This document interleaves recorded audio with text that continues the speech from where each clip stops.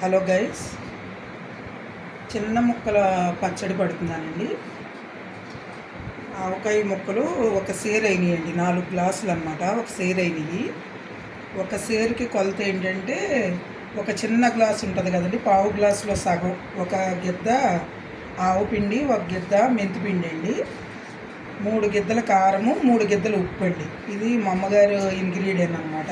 ఇలా చేస్తే 1 ఇయర్, సంవత్సరం మొత్తం అసలు ఏం పాడవదండి. కాకపోతే ఇప్పుడు నేను పట్టేది టెంకలేని చిన్న ముక్కలండి. చిన్న ముక్కలు పచ్చడి కాబట్టి కొంచెం సేపు ఇలా కోసేసి చిన్న ముక్కలుగా కోసి కొంచెంసేపు ఎండలో ఆరబెట్టాలండి.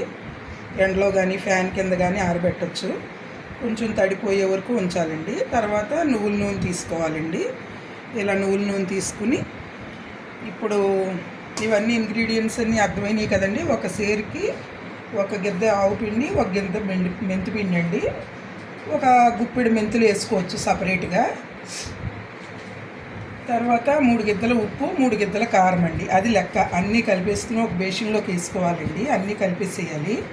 కలిపేసి ఇలా పెట్టుకుని, ముక్కలు ఉన్నాయి కదండి, ఈ ముక్కలు ముందు ఆయిల్లో వేయాలండి. ఇలాగా ఆయిల్లో డిప్ చేయాలి ముక్కల్ని. అప్పుడు బాగా కలుస్తుందండి, అన్నీ బాగా కలుస్తాయి అన్నమాట ఆయిల్లో డిప్ చేస్తే. ఆ తర్వాత మళ్ళీ దీంట్లోకి వేసుకోవాలండి. దీంట్లోకి వేసుకోవాలి.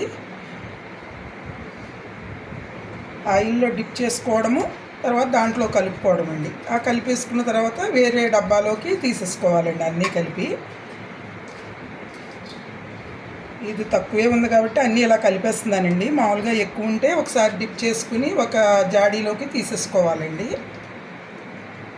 మనం ఒక 4-5 సేర్లు పెట్టామంటే, ఒక 4 మానికలు పెట్టామనుకోండి, అప్పుడు ఎక్కువ ఉంటుంది కాబట్టి మనకి కలుపుకోవడం ఇబ్బందిగా ఉంటుంది. కాబట్టి అప్పుడు వేరే డబ్బాలోకి తీసేసుకుంటూ ఉండాలండి ముక్కల్ని. ఇప్పుడు కొంచెమే కదా అని ఇలా కలిపేస్తున్నానండి. ఇలాగా ఆయిల్లో డిప్ చేయడం వల్ల ముక్కలు ఆయిల్ బాగా పీల్చుకుంటుందండి. పీల్చుకుని మనకు అసలు పాడయ్యే ఛాన్స్ ఉండదన్నమాట. పాడవకుండా 1 ఇయర్ మొత్తం ఉంటుందండి. ఇది 1 ఇయర్ కాదులేండి, ఒక 2 మంత్స్కి అలాగా కొంచెం పడుతున్నాను. మే నెలలో కదండి కాయలు వస్తాయి, ముదరాలి కాయలు. ఇప్పుడు ఇంకా ముదరలేదండి. మరి మిగతా చోట్ల ఎలా ఉందో కానీ వైజాగ్లో అయితే ఇంకా ముదరలేదండి. అసలు టెంకే కట్టలేదు. అందుకని కొంచెమే కాయలు తెప్పించాను అనమాట. ఒక 1/2 డజన్ కాయలు తెప్పించి ఇలా పడుతున్నానండి. టెంక పట్టిన తర్వాత అప్పుడు ఆవకాయ పట్టుకోవాలండి. ఇక్కడైతే మాత్రం అసలు ఇంకా టెంక రాలేదండి. ఏంటో మరి లేతగా ఉన్నాయండి. సరే, డైలీ ఒక 1 మంత్ వాడుకోవచ్చు సరదాగా అని చెప్పేసి ఇలా పడుతున్నానండి. మా అమ్మగారు అయితే చాలా బాగా పట్టేవాళ్ళండి ఆవకాయ పచ్చడి.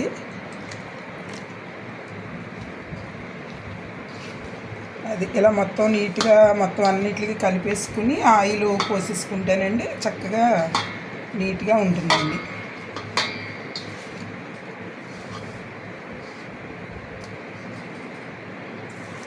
నువ్వుల నూనె వాడితే మంచిదండి. నువ్వుల నూనె అంత వద్దు అనుకున్న వాళ్ళు వేరుశనగ నూనె అయినా వాడచ్చండి. నువ్వుల నూనె కానీ వేరుశనగ నూనె కానండి. కానీ నువ్వుల నూనె అయితే ఎక్కువ టేస్ట్గా ఉంటుందండి. అది మన ఇష్టమేనండి. మన టేస్ట్ని బట్టి మనకి వేరుశనగ నూనె ఇష్టం అనుకుంటే వేరుశనగ నూనె కలుపుకోవచ్చు. లేదు నువ్వుల నూనె కలుపుదాము అనుకుంటే నువ్వుల నూనె కూడా కలుపుకోవచ్చండి. 1 లీటరు నూనె పట్టిందండి. ఒక సేరు కాయలకి 1 లీటర్ నూనె పట్టిందండి. కరెక్ట్గా సేరైనాయండి కాయలు.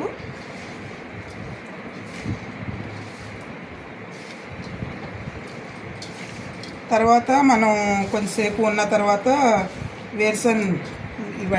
వెల్లుల్లిపాయ రెబ్బలు తీసుకుని కలుపుకోవచ్చండి. వెంటనే కలపక్కర్లేదు. వెంటనే రెడీగా ఉంటే కలుపుకోవచ్చండి. రెడీగా లేకపోతే తర్వాత మెల్లగా కలుపుకోవచ్చండి. కలుపుకొని అది కూడా వెల్లుల్లిపాయ రెబ్బలు కూడా వేసుకుంటే బాగుంటుందండి. రెబ్బలు మొత్తం తీసేసుకుని అవి వేసుకుంటే బాగుంటుందండి.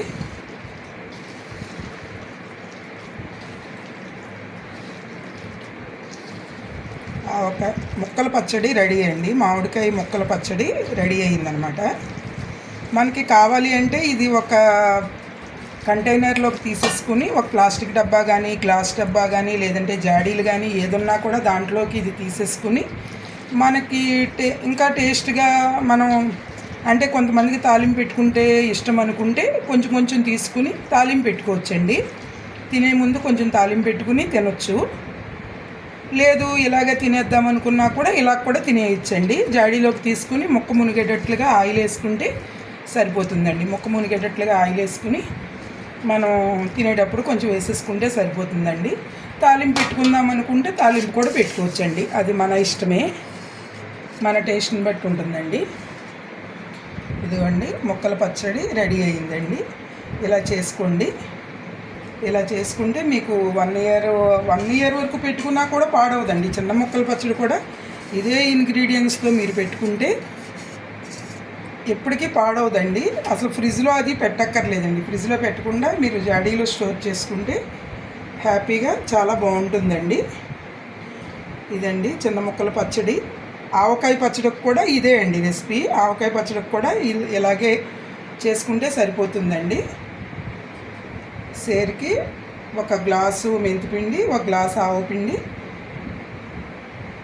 3 గిద్దలు కారము, 3 గిద్దలు ఉప్పు అండి. అలా వేసుకుంటే సరిపోతుందండి.